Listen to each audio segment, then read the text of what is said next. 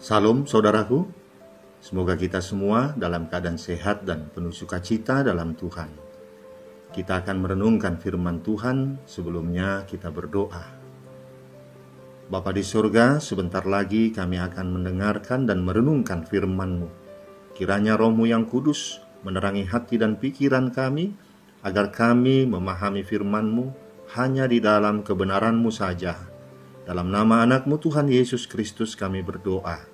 Amin. Saya akan bacakan bagi kita nas firman Tuhan hari ini. Yesaya 35 ayat 4-10. Beginilah firman Tuhan. Katakanlah kepada orang-orang yang tawar hati, kuatkanlah hati, janganlah takut.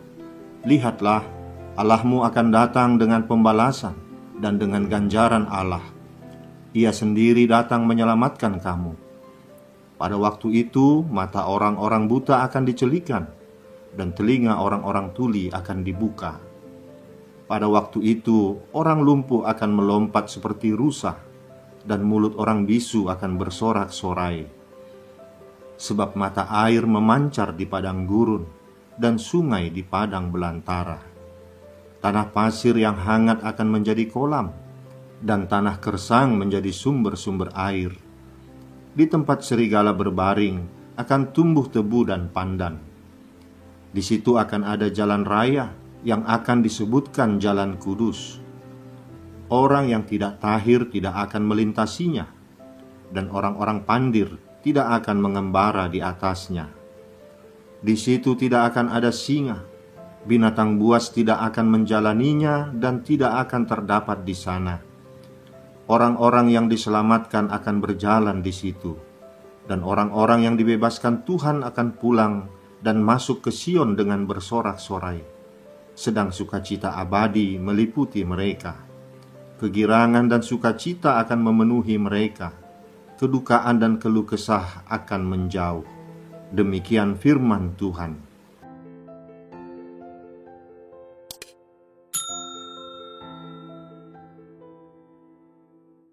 Saudaraku, rasa takut adalah reaksi normal setiap orang. Justru kalau ada orang yang tidak pernah merasa takut, orang itu bisa dikatakan tidak normal. Yesus Kristus ketika berada di Getsemani juga menunjukkan ketakutan yang sangat mendalam, sehingga Alkitab mencatat bahwa peluhnya seperti darah yang mengalir. Kita semua pernah takut dan khawatir. Misalnya saat ekonomi sulit dan kita tidak punya uang, atau kondisi kesehatan kita yang menurun, usia yang semakin tua di mana semangat berkurang.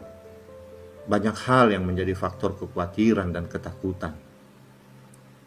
Suatu kali saat saya berada di pusat perbelanjaan, saya melihat seorang anak perempuan kecil sedang menangis dengan wajah ketakutan.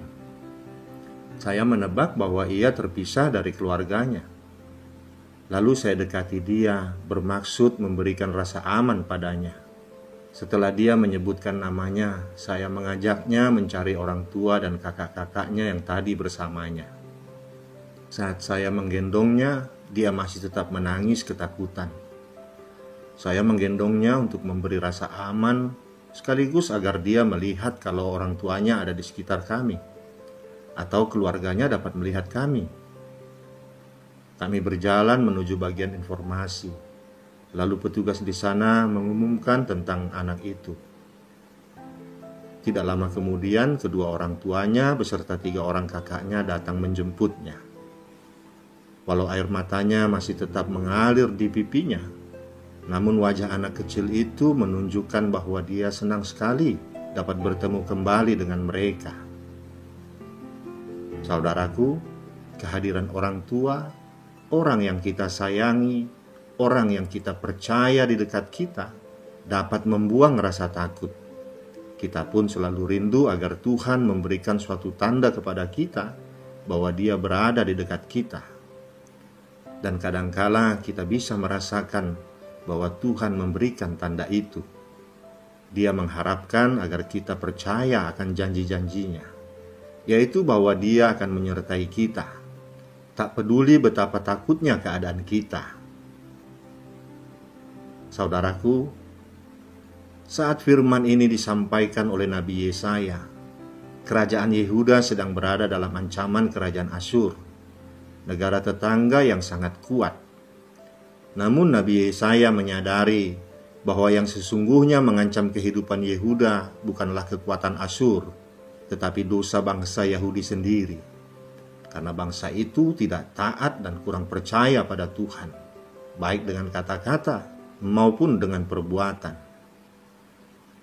Harus diakui bahwa dalam banyak aspek perilaku, bangsa Israel tidak lagi seperti umat pilihan Tuhan. Mereka malah menjadi pemberontak. Krisis terjadi di mana-mana, seperti krisis politik, ekonomi, dan bahkan agama. Kemerosotan moral dan kehidupan spiritual sudah sangat memprihatinkan. Malah dalam arti tertentu, bangsa Israel mungkin lebih bobrok dan bebal dari bangsa-bangsa lain di sekitarnya. Dan konsekuensinya adalah hukuman yang akan datang bersamaan dengan hilangnya pengharapan akan keselamatan dan pembaharuan. Karena itu, Nabi Yesaya mendorong umat serta para pemimpin mereka untuk hidup menurut kehendak Tuhan dan berlaku adil. Ia mengingatkan bahwa umat Tuhan tidak akan celaka dan binasa kalau mereka mau mendengarkan Tuhan.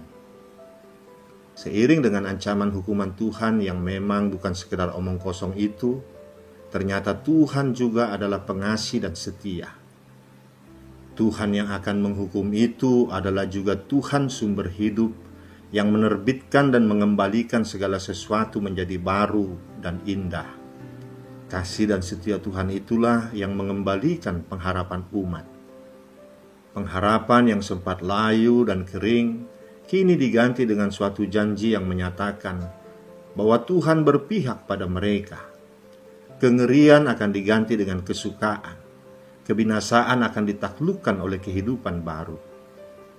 Keberpihakan Tuhan ini terungkap melalui ayat 4. Kuatkanlah hati, janganlah takut.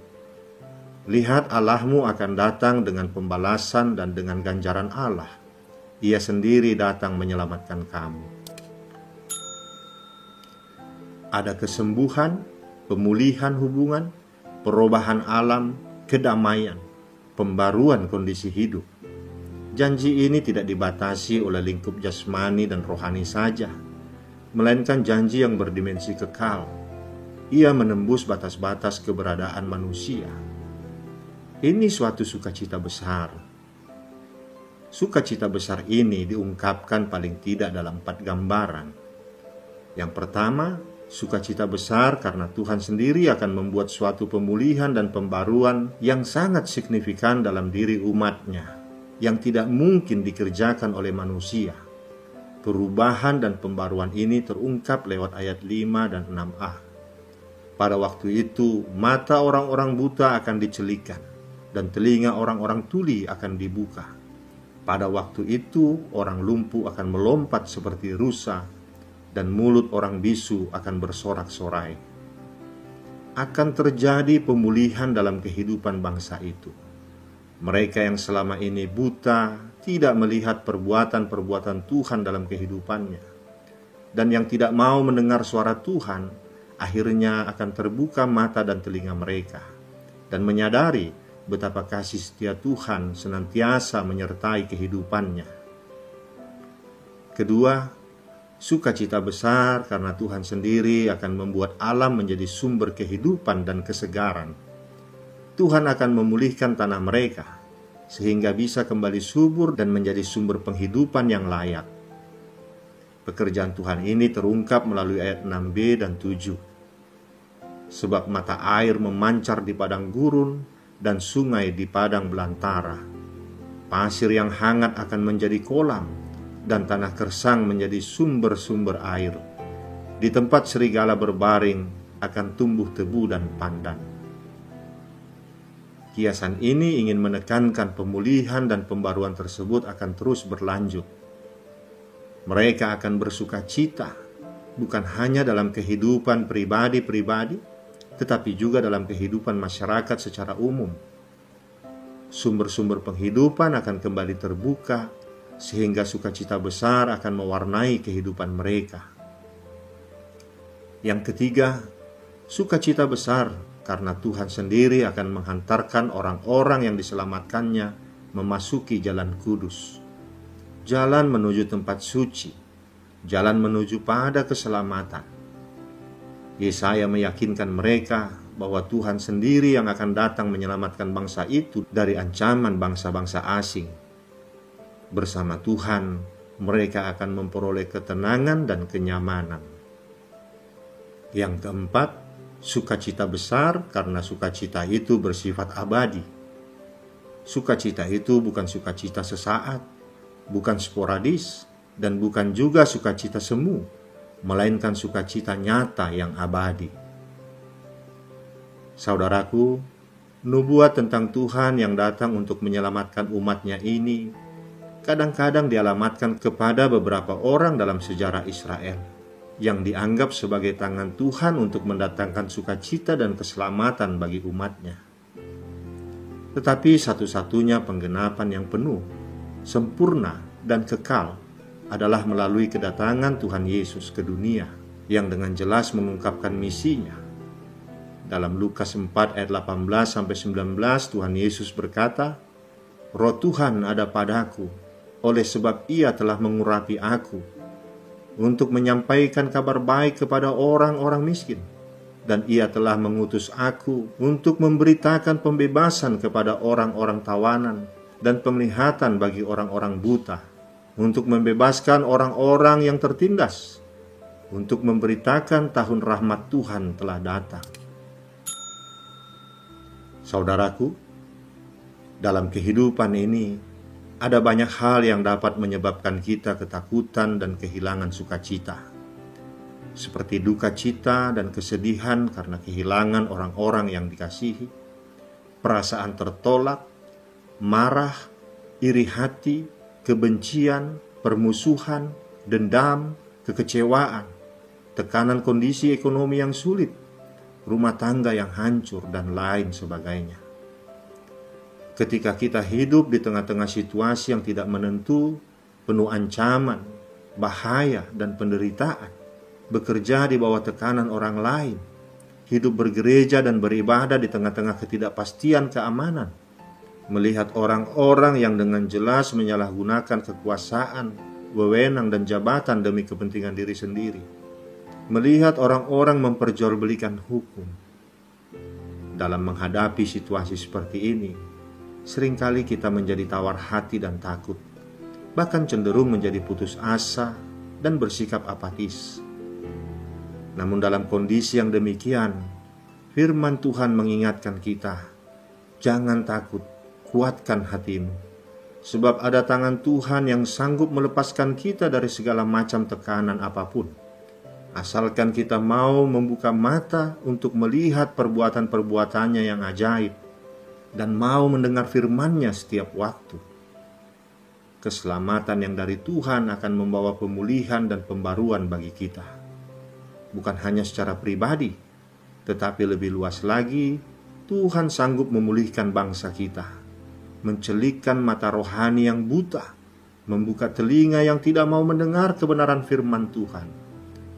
Sesudah semua itu, maka sumber-sumber kehidupan akan dipulihkan, dan kita akan bersukacita menikmati kesejahteraan dan kehidupan sebagai masyarakat yang adil, makmur, dan sejahtera. Karena itu, tetaplah optimis dan menaruh pengharapan kita senantiasa kepada Tuhan. Jangan takut dan tawar hati jika melihat kebenaran seolah kalah dengan kejahatan, kekudusan tertelan oleh kezaliman. Sebab Tuhan kita yang besar sanggup melakukan segala hal untuk membawa kita kepada pembebasan dan keselamatan. Gereja juga tidak perlu secara membabi buta mempertahankan dirinya atas tekanan pihak lain, karena Tuhan akan berperang di pihak kita. Nantikan waktu Tuhan, pemulihan dan pertolongan Tuhan pasti akan dinyatakan sesuai dengan waktu dan rencananya. Tuhan akan mencelikkan mata dan membuka telinga. Tanah yang gersang akan diubahnya menjadi sumber mata air. Amin, kita berdoa. Bapa di surga, Kami bersyukur bahwa Engkau sekalipun tidak pernah meninggalkan kami, bahwa Engkau selalu setia kepada kami. Kesusahan, pergumulan, dan penderitaan hidup yang kami alami, semua itu karena kesalahan kami sendiri yang mengandalkan kekuatan kami, mengandalkan kekuatan dunia, sehingga Engkau membiarkan untuk sementara penderitaan menghajar kami. Namun kasih setiamu Bapa, kemurahan rahmat-Mu, tidak tega melihat umat-Mu menjadi sengsara. Engkau akan datang menolong kami, dan Engkau tidak pernah jauh dari kami. Kami bersyukur Tuhan, tangan-Mu sendiri yang akan menuntun kami kepada sebuah keselamatan yang kekal, menuntun kami kepada sebuah pembebasan dari segala macam pergumulan derita. Kami akan menikmati kenyamanan, ketenangan bersama Tuhan di dunia ini maupun dalam kehidupan nanti. Kami juga tidak mau jauh dari-Mu. Kami ingin selalu dekat dengan-Mu. Dalam setiap tarikan nafas, langkah, gerak kehidupan kami ingin selalu berada di dekat-Mu. Biarlah nama-Mu kami puji selalu, setiap waktu. Di dalam nama anak-Mu Tuhan Yesus Kristus kami berdoa. Amin. Saudaraku, kita akan berjumpa lagi di lain waktu. Tuhan memberkati kita semua. Salam sehat, Salam.